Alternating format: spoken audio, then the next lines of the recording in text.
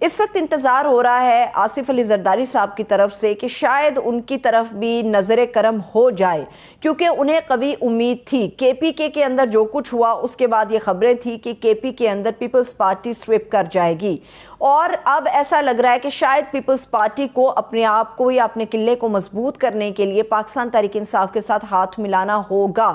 اور بڑے لوگ ہنسیں گے بھی کہ یہ کس طرح سے ممکن ہے۔ اس کی ایک تازہ مثال آپ لوگوں کے سامنے میں رکھ دیتی ہوں۔ پاکستان پیپلز پارٹی کی طرف سے نگران سیٹ اپ کے حوالے سے جو کہ دو بڑی جماعتوں کے درمیان معاملات طے ہو رہے ہیں، اصل فیصلہ تو جہاں سے ہونا ہے وہیں سے ہونا ہے، مگر جہاں تک مشاورت کی بات ہے ان دو بڑی سیاسی جماعتوں کے بڑے قداور لوگ بیٹھ کر اس بات کر رہے ہیں،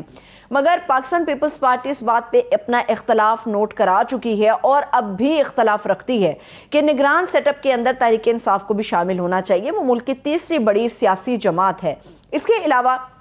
باقی جتنی بھی دیگر جماعتیں ہیں وہ جماعتیں ہیں، وہ کھڈے لائن ان کو نہیں کیا جا سکتا۔ تو اس وقت پیپلز پارٹی سمجھتی ہے کہ نگران سیٹ اپ کے لیے تحریک انصاف کی رائے کو نہ صرف قبول کرنا چاہیے بلکہ اس کے اوپر سوچ بچار بھی ہونی چاہیے، اور نون لیگ اس کے لیے ہمیں راضی نہیں نظر آتی، اور اسی لیے ایسا لگتا ہے کہ اسٹیبلشمنٹ نے اپنا جو سارا نظر کرم یا اپنا شفا کا ہاتھ، اپنا محبتیں ان کی جو ہیں وہ نون لیگ کے ساتھ زیادہ آگے بڑھ رہی ہیں، لیکن یاد رہے کہ ان محبتوں میں کہیں بھی میاں محمد نواز شریف صاحب کا ذکر موجود نہیں ہے کہ ان محبتوں کے نذرانے ان تک بھی جائیں گے یا نہیں جائیں گے، کیا وہ پاکستان آئیں گے یا نہیں آئیں گے، کیونکہ ممکن ہے کہ اگلی دفعہ بھی وزیر اعظم کی کرسی کے اوپر شہباز شریف صاحب ہمیں کھڑے نظر آئیں، کیونکہ جس طرح سے وہ ڈیلیور کر رہے ہیں، جس طرح سے قانون پاس کرائے جا رہے ہیں، جس طرح سے زبردستی ہر قدم کے اوپر من مرضی کا فیصلہ کیا جا رہا ہے، تو ایسا لگتا ہے کہ شہباز شریف صاحب کو جو کہا جا رہا ہے وہ اسی طرح سے اپنے آپ کو چلاتے ہوئے جا رہے ہیں۔ میاں نواز شریف صاحب کے حوالے سے یہ خبر سامنے آئی کہ وہ شاید جلد ہی وطن واپس آئیں گے، مگر یہ شاید کب ختم ہوگا۔ آج انہوں نے مبارکباد دی طلال چودھری کو کہ 5 سال کی تمہاری نااہلی ختم ہو گئی، اور طلال چودھری نے یہ واضح اشارہ دیا کہ جس دن میاں نواز شریف جہاز کے اندر بیٹھیں گے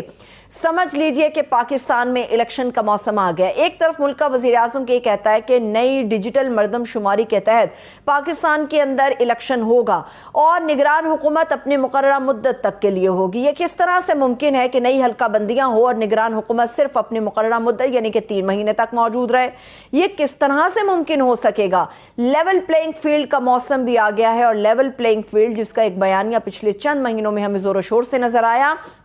اب مریم نواز صاحبہ چونکہ باقاعدہ طور پہ انتخابی مہم کے اندر شامل ہونے جا رہی ہیں، اور وہ ایک نعرہ یعنی کہ وزیر اعظم شہباز شریف کی جگہ وزیر اعظم نواز شریف کا نعرہ لے کر میدان میں اترنے والی ہیں اس بیانیے کے تحت، اور اسی کے تحت لوگوں کو گرمایا جائے گا کہ وہ نون لیگ کے لیے یا پھر نواز شریف صاحب کے لیے اپنا ووٹ کاسٹ کرے۔ لیکن اس کے اندر ہمیں یاد رکھنا چاہیے کہ نواز شریف صاحب کا لیول پلینگ فیلڈ تب ہوگا جب تحریک انصاف کا کپتان مائنس ہوگا۔ ایک بہت بڑے صحافی، نامور صحافی ہیں، اور جن کے ٹویٹ نے اور جن کی خبر نے بڑا تہلکہ مچا رکھا ہے ہر طرف، انہوں نے یہ خبر دی ہے کہ توشہ خانہ کیس کے حوالے سے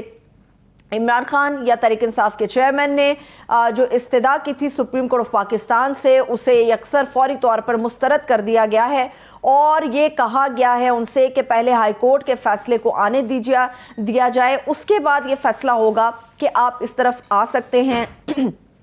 یا نہیں آ سکتے ہیں۔ یہ ابھی دیکھنا باقی ہوگا، لیکن ان صحافی کی طرف سے یہ کہا جا رہا ہے کہ فیصلہ ہو چکا ہے۔ ایک صحافی کی ہوتی ہے خبر اور ایک ہوتا ہے دعویٰ۔ خبر دی جاتی ہے ہمیشہ اپنے تجربے کی بنیاد پر، اور دعویٰ ایک ہی صورت میں ہوتا ہے جب آپ کے پاس مکمل انفارمیشن موجود ہو کسی اور کی طرف سے۔ ان صحافی نے یہ دعویٰ کیا ہے کہ عمران خان نہ صرف نااہل ہو جائیں گے بلکہ سیاست سے بھی ہمیشہ کے لیے نااہل ہو جائیں گے، اور یہی لیول پلینگ فیلڈ کا موسم ہے جو ابھی ہمیں چند دنوں کے بعد ہوتا ہوا نظر آئے گا۔ اب دیکھنا یہ کہ توشہ خانہ کیس کے اندر کیا عمران خان کو کوئی ریلیف ملتا ہے یا نہیں ملتا، یہ ابھی وقت ثابت کرے گا، مگر اس قسم کی جو خبریں کم اور دعوے کی حیثیت زیادہ رکھتی ہیں، وہ پاکستان کے اندر اس وقت افراتفری کا